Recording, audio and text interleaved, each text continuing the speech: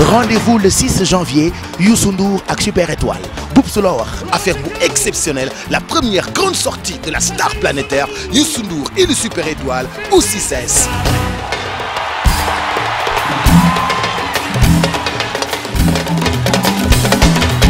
L'exceptionnel spectacle du Nouvel An, entrée 10 000, VIP 20 000. ña ngay jaayee billets yi RFM, TFM ak Cosaan. Réservation au 76 673 20 20 ou le 76 673 21 21. CD bi soog a génn nag raxas Bercy disponible na TFM, disponible na RFM, disponible na à la fois ci standu King FM 99.4. am àndandoo yu baax di dox doxinu baax billaahi duma lang ak ñoom man maa ni woon Youssou Ndour ak Super Étoile fu mu génnee gën yow Youssou foo génnee gën leen le gëneur ku ne bëgg laa gën te mënu laa gën moo taxit rendez-vous baa ngoog Paris toj Dakar dafay toj par la force ci début d'année 2018 bi le 6 janvier. Le Super Étoile au grand complet xale yi sañse yu fashion yor oto yu fashion ñëw ci soirée bu nar a fashion.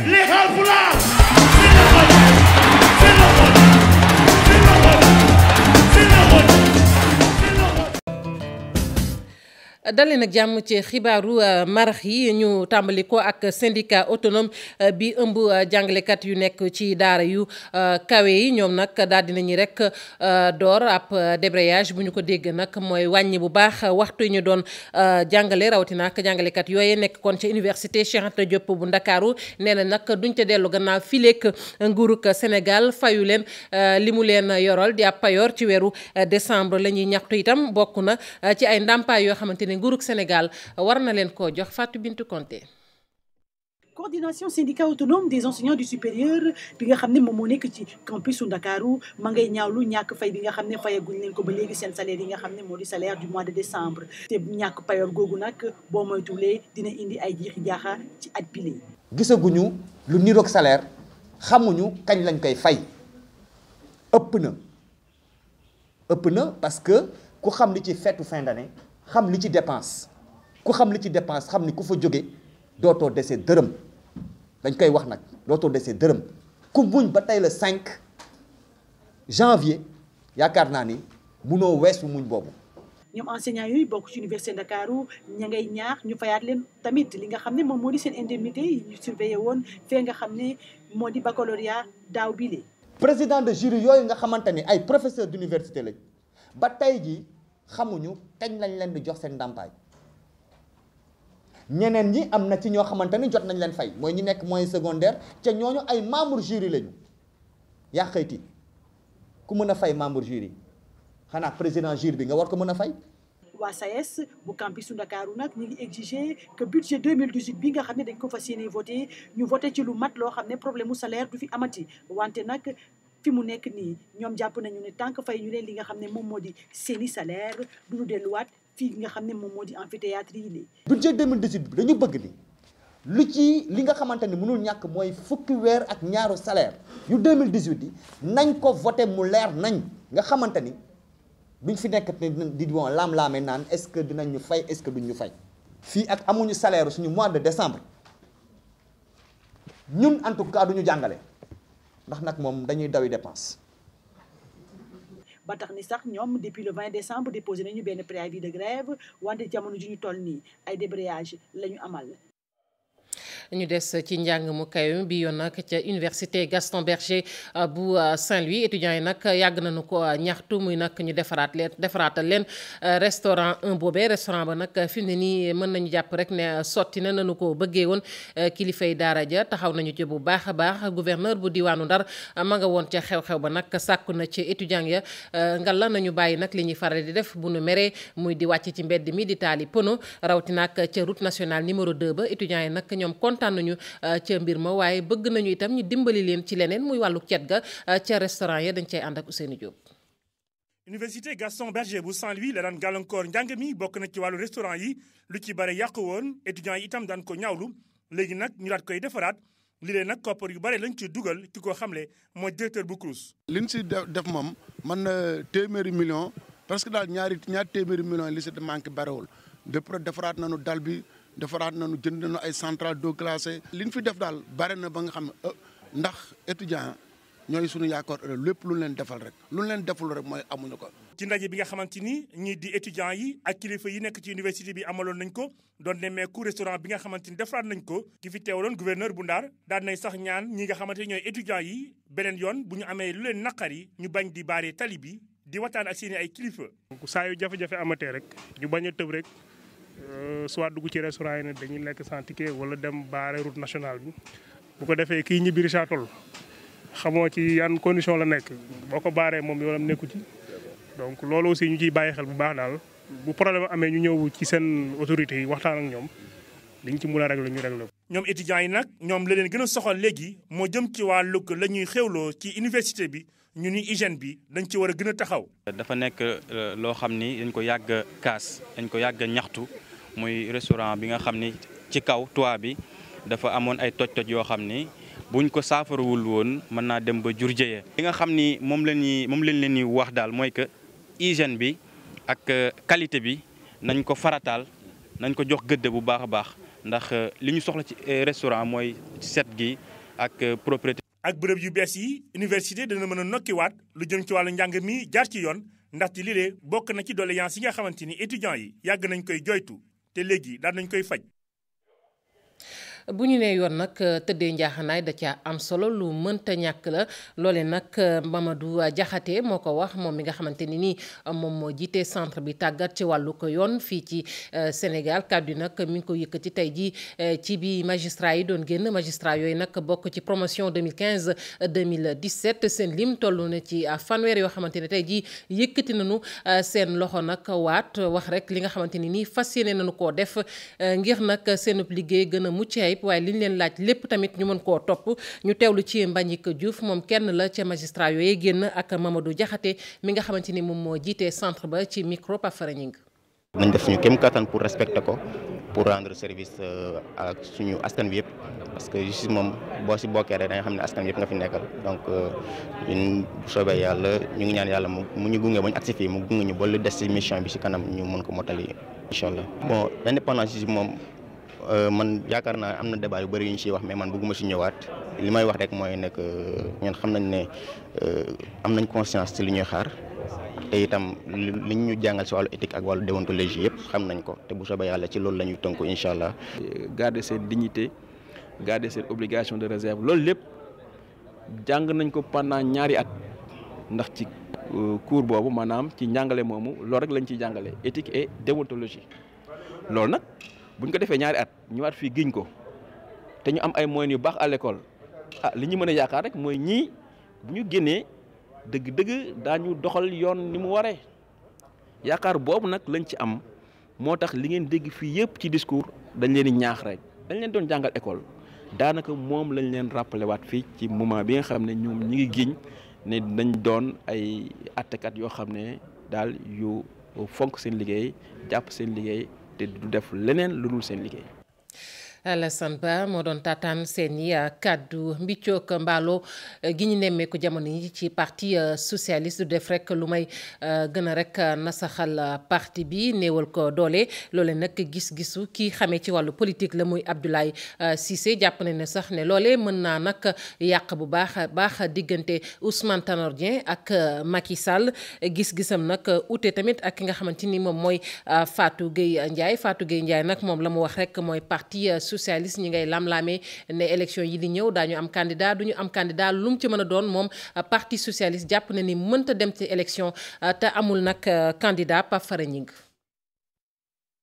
juróom benn fukk ak juróom ci ñi nga xam ne dàq nañ leen ci parti socialiste loolu nag boo moytul dina indi jafe-jafe bu métti ci biir parti Senghor bi li nu mel nag naqari lool ancien responsable socialiste bi. dama am naqar ci suma xol daf ma métti ndax njaboot ju nekk bëgg nga sa njaboot ànd nekk benn mu yokk moo ma gënal ñu daanu. ni du doon gënal ci parti socialiste xam nga dina jafe sax tey di tudd parti socialiste da nga naan li des ci parti socialiste ak Ousmane Tanor Dieng wala ñi nga xam ne ñoom ñoo féetewoo maison du parti di seen siège ak it ñi nga xam ne ñoo fippu ñu génnee leen ndax ñoom ba léegi nangu ñoo génn sax nee nañu ci biir la ñuy toog di xeex mais loolu li ciy judd mooy luy tas parti socialiste. ay jafe-jafe dong la mën a jur te ci ñaari boor yëpp lay doon. gañe moom dana jafe ku ciy gañe li wér te wër mooy parti socialiste ak ñi nga xam ne ñoo koy wuyoo muy waa kër Ousmane Tanor Dieng muy ñi ànd ak Khalifa Sall ñoo ciy loru parce que nag waa kër Khalifa Sall ak i Bamba Fall et consort bu ñu yaakaar ni ñoom mën nañoo génn parti socialiste tey tabax kër gu dàq parti socialiste bi nga xam ne ni moom la leen Abdou Diouf jox te jëlee woon ko ci loxoy président Senghor. sortie yu mujj yi nga xamante ni nii ministre de la jeunesse def na ko c'est pas innocent loolu day wone ni am na une crise latente boo xamante ni mu ngi tàmbali te nag dañuy dem ba mujj ne waaye kii ñu àndal lan la ñu indil. ancien socialiste bi ak chroniqueur politique bi jàpp nañ ne dina jafe lool ci condition yi ñu daal di am saafara. kaso beeg yi yëpp dañ ko war a ba ñun ñëpp ñu am jàmm mooy li ëpp li fondamental ci réew mi. PS bañ a am candidat mooy mun nañoo tasaaroo ngoon juug li ñu yor ay saam parce que nag pour am candidat tax ñu ànd ou bien nañu ànd ak Macky fondu am beneen tour. nañu bu doon daayira la wala bu doon natt la dañu naan rek na ku nekk teggi bu ku nekk teggee daal di xool looy def ci li nga xam ne ni teggi nga yaa xam foo koy investir yi yaa xam fooy dem ci majorité bi la wala ci opposition loolu moo ci des fi mu toll. juróom-ñaar ni ñu dàqal leen ci parti bi teg ko ci juróom-benn fukk yi ñu dàqoon jamono jee di laaj ndax dàq boobu fii lay yem laataa élection présidentielle yi di ñëw ci atum 2019. Malick Gakou mi nekk coordonnateur bu Manko Taxawu Sénégal mooy wéy di doon tête de liste Pape Sow mooy wax Pape Sow mi nga xamante ne nag moom mooy coordonnateur bu cadre bu grand parti nee na nag fi mu ne nii sax grand parti ñoom ña ngay dajale caution ngir nag amub candidat ci woteeg faluk njiitu réew mi loole nag dàqul ne sax coalition bi mën naa am benn candidat wala boog mu am ay candidat yu bari ci woteeg faluk njiitu réew mi. Mamadou Thior di taskatu xabaar moom ne li gën ci coalition Manko Taxawu Sénégal mooy ñu am Idrissa Seck comme candidat bu ñu ca yeggee Mame Birame Diop Pape Sangone Mbaye. bu dee ba fii ñu toll am na ku jiite Manko Taxawu Sénégal du kenn ku dul kon Malick Gakou Pape Sow di ko leeral. Manko Taxawu Sénégal ba fi mu toll nii Malick Gakou mooy coordonné Manko Taxawu Sénégal sortie wu Bamba Fall bi ñu ngi koy regretté sortie bu maladroite la sortie boo xam ne amul place am actuellement Manko Taxawu Sénégal dara waru ko mën a diviser ci ñu toll àllan nii parce que ñi ngi ànd ci dëgg. grand parti ngir Malick Gakou doon candidat ci élection présidentielle yi di ñëw parti bi nag di dajale xaalis ngir caution bi amagum lu toll ci 42 millions. doon a bëgg-bëgg waaye coalition bi waxagul kàddoom gu mujj. 42 millions 500 yooyu war nañ ko porter au 31 mars à 65 millions. candidat suñu parti dafa exister depuis 2 ans. pour ñu am benn candidat boo xam dañ ko yóbbu ci présidentielle parce que ñun loolu la ñu xam loolu mooy le but d'un parti politique. donc du ñàkk benn bés xëy na ñoom dinañ ci wax suñu waxee nag ba décider ne que au lieu ñuy demee nii nañ leen demee ku nekk nañ leen jël kenn rek kooku xam naa dinañu régler lu ñu war rek waaye ñun ñu nekk ci parti bi tant que loolu amagul lu ñu mën a jàpp rek mooy suñu candidat dañ ko bëgg yóbbu ci suñu bopp ndax da ngeen di génn ci seen biir dem defaral seen bopp. gis nga loolu day nekk genre contradiction parce que suñu leader mënul dem ci Manko Taxawu Sénégal ñu loo xam ne ñëpp ko waxtaanee bañ d'accord ci ba tënk ko ça veut dire que moom balaa muy joxe kii bi dinañu laaj suñu. Mamadou Thior rek jàpp ni waxtaan yooyu bu amee Idrissa Seck mën naa doon candidat wu coalition bi te du ci am benn jafe-jafe. nit ñi xamal Malick Gakou ne rek aussi wàllu politique peese sa bopp da ci am solo ak ni nga toll te buñ leen peese wax dëgg yàlla dañuy waxante dëgg rek Idi moo ko gën a diis donc ci wàllu woowu dañ ciy bàyyi xel. ci nii mu jàpp ni Manko Taxawu Sénégal mën na jëm ci tas. bu fekkee ne Gakou fi mu jàpp te dégg nañ waa parti am sax ñu koy wax ne ngemb nañ ko pour mu nekk seen mbër mën nañ xaar éclatement am si li nga xam ne mooy coalition bi. coalition bi bëri na ñoom Mansour Sy Djamil ak ñooñu yëpp te gëm naa ne ñooñu ñoo xam ne mën nañu waxtaan ak Malick ak farandoom pour ñu xool li gën ci coalition bi. bu dee nag am na loo xam ne ñor na jamono ji Manko Taxawu Sénégal du leen lu dul ñu libéré maire bu Dakar ndax kat rôle ak place ga nga xam ni am na ko ci coalition bi doon na ci lu ñu war a mën a sukkandiku ngir xam naka la ñuy demee. jaajëfal ko bu baax Mame Birame Diouf lëkkaloo gi ci wàllu privé bi ak public bi moom la ñu gis ne nag am na rëkk-rëkk ci architecte yu nekk fii ci Sénégal bu soxalee sax maanaam ay jumtukaay wala boog ay tabax yoo xamante ni nguur gi dana ko faral di def ñu gis ne nag lu ca baree bari duñu ko dénk architecte yi nga xamante ni fii la ñu fekk baax ci réew mi moonte nag am na sax ñu xarañ ñoo xamante ne nii ñi ngi fii te mën nañu seen liggéey ci wàllu yoon tamit gis nañ ni am na ay tëralin yoo xamante ne sax jël nañ ko waaye nag lu ca bare bari duñu ko sàmm Cheikh Tidiane Dione. bari na ci architecte yoo xam ne daal di jot ci marché public bi jafe-jafe bu mag lay nekk ci ñoom diñ joxoñ baaraamu tuuma moom mooy lii di partenariat public privé. léegi nguur gi mën na woo ay privé signé ñoom ay kayit ñoom ñu liggéey bu ñu liggéeyee ba pare ñu transféré ko comme delloo ko nguur gi jël seen xaalis ci ñuy fayee ko ci ni ñu koy exploité loolu am na ci autorité yi xëy na dina am ci port yeeg aéroport yeeg yooyu du sax lu nga xam ni bon na wante bu fekkee ni organiser wuñ ko li ñuy dal moo di ñiy jóge bitim réew daal day mel ni dañ noo noot kenn warul ñëw ci réew dama lay jox Mauritanie du taw fii Mauritanie mënoo fa liggéey te associé woo ak Mauritanie. suñ sukkandikoo nag ci membre conférence des ordres de l'UEMOA moom dafa gis ne ab arsenal juridique am na waaye application bi léeg-léeg moom mooy indi jafe-jafe yi. lépp li nga xam ni fii daal doon ko soxla woon pour doxal tabax pour mu aw yoon loolu am na fi ba pare li ci des mooy ñu koy teg ci ni ko yoon waxee di ko teg ci ni ko yoon waxee loolu rek moo ci des. tabax lii di siège APR jamono ji lépp moo ci tàggatémbe lu ni mel sax daal di jur coow rawatina si architecte yi seen biir ñenn ñi nag di gis na lii di manque de transparence moom moo am ci yenn marché yi. commune bu Jaxaay ma ngay jànkonteel ay jafe-jafe làkku na amul jumtukaay ndaw ñi nag ca la ñu mën a jàpp bariwul moo tax tey mairie ba rek taxaw ci dimbali leen bu baax a baax dimbali leen nag mooy fexe ba mbay ma soqaliku kon ca commune boobee waaye bu ñu sañoon nag commune ba mooy nguurug Sénégal jàppale leen bu baax a baax ci wàllu woowee Ousseynou Thiam. ñu jànkoonteeg lu yàgg nag daanaka ci ay dëkkaan yu ruqe ak yoon yoo xam ni daanaka amul nag dem ak dellu si nag fii ci commune bu Jaxaay doon na jafe-jafe yu metti ca askan wa fa yeewoo. sonn rek di dox ba sonn boo xëyee yore élèves yu war a jàng te marché bi par heure la da ngay dem patiente taxaw di xaar di dox poussière bi camion yi oto mbalit bi pour ñun oto mbalit bi jël ñu sax problème la dañuy daw di topp ci oto mbalit bi ndax du nangoo dugg parce que tali bi baaxul. xasee ba jaar fii mu càng suñu doom yi ñooy ñëw di génnewaat oto bi. jafe-jafe bu métti la moom la ñu dundee diggante fii ak Ñakkurab kon tamit bu ñu amee loo xam ne ñu taxawal pour defi tali lu am solo la. lu ni mel sax moo tax ba ñii di autorité municipale yi door nag ay liggéeyu lii di ay piste de production ngir nag mën a fexe dem beeg dëkk bi yomb ci lii di askan wi ñoom nag nee nañ bëgg nañ nguur gi nag dimbali leen ci mbir mu ni mel. doole commune bi moo jël ci gafakaam du tey lañ ko door nag. jëkkee woon nañ ko mbir nu cubb jël ci gafaka commune gi def fukki millions ak ñaar. relais diggante Médina Thioub ak Jaxaay ak tali bi ñu tegle loolu kon tey bu ñu jëlee fukki millions ak juróom defaat ko fii yaakaar ne askan wi yëg na ne commune bi mi ngi def li mu man li ci des nag gis nañu président mi ngi liggéey Promoville dugg na fi xam nañ dinañ jàppale ci des tali yi des. di wax rek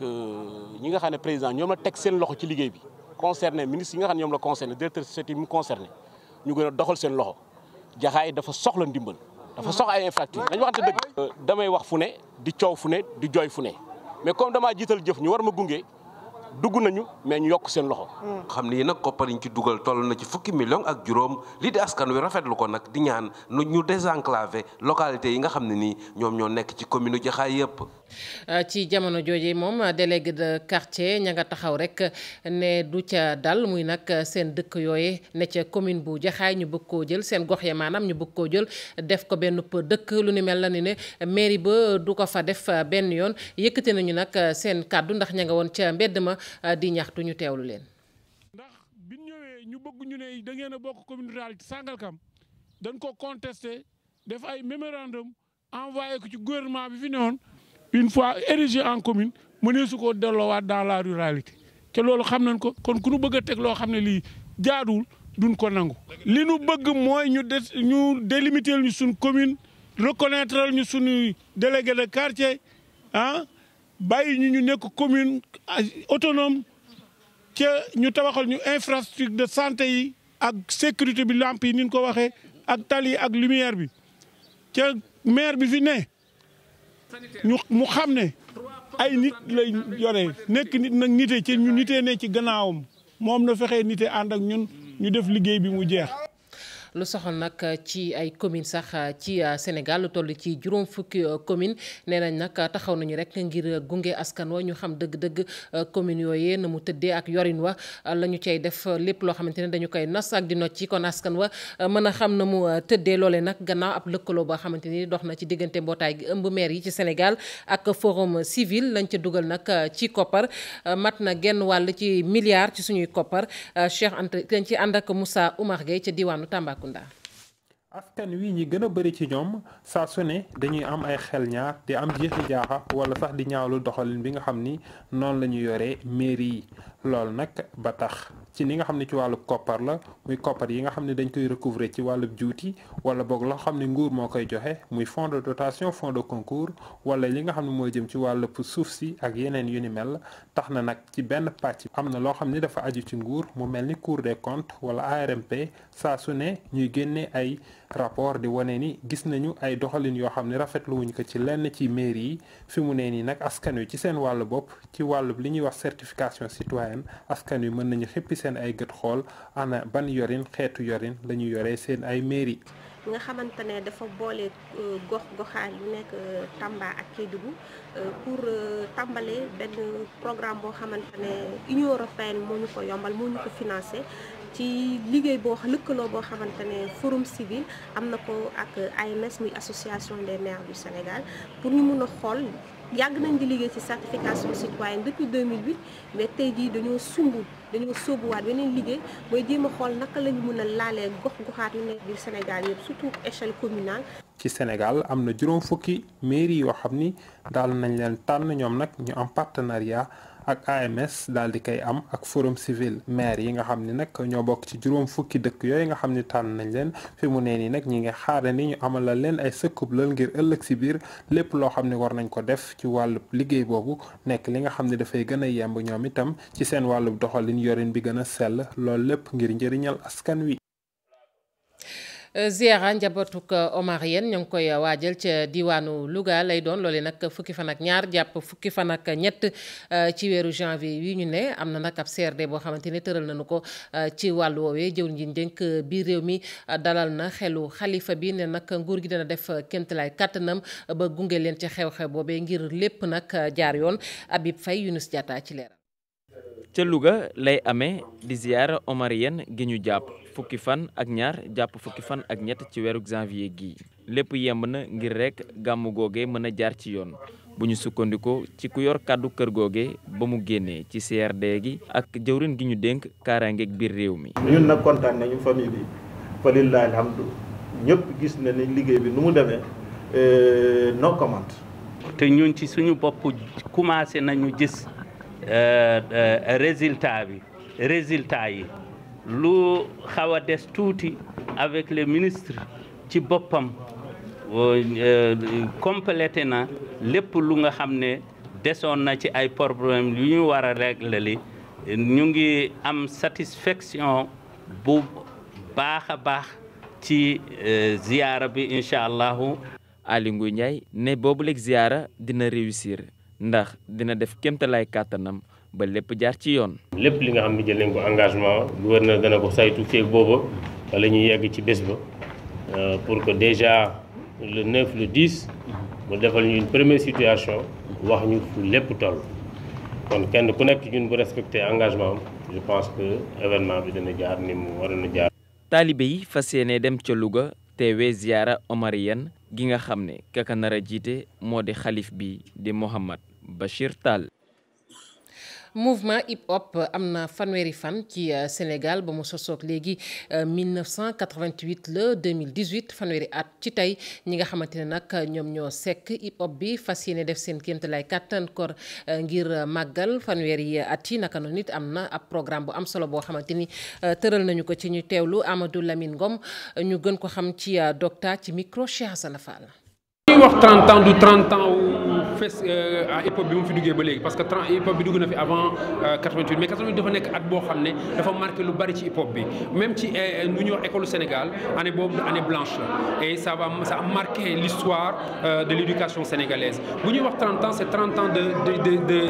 ñuy jox ko suñu biir c'est pas juste le rap c'est pas juste la danse c'est pas juste le DJ, le graffiti a sa part de responsabilité ci voyage boobu empreinte tout 30 ans yooyu la ñuy voyager loo le graffiti que ce soit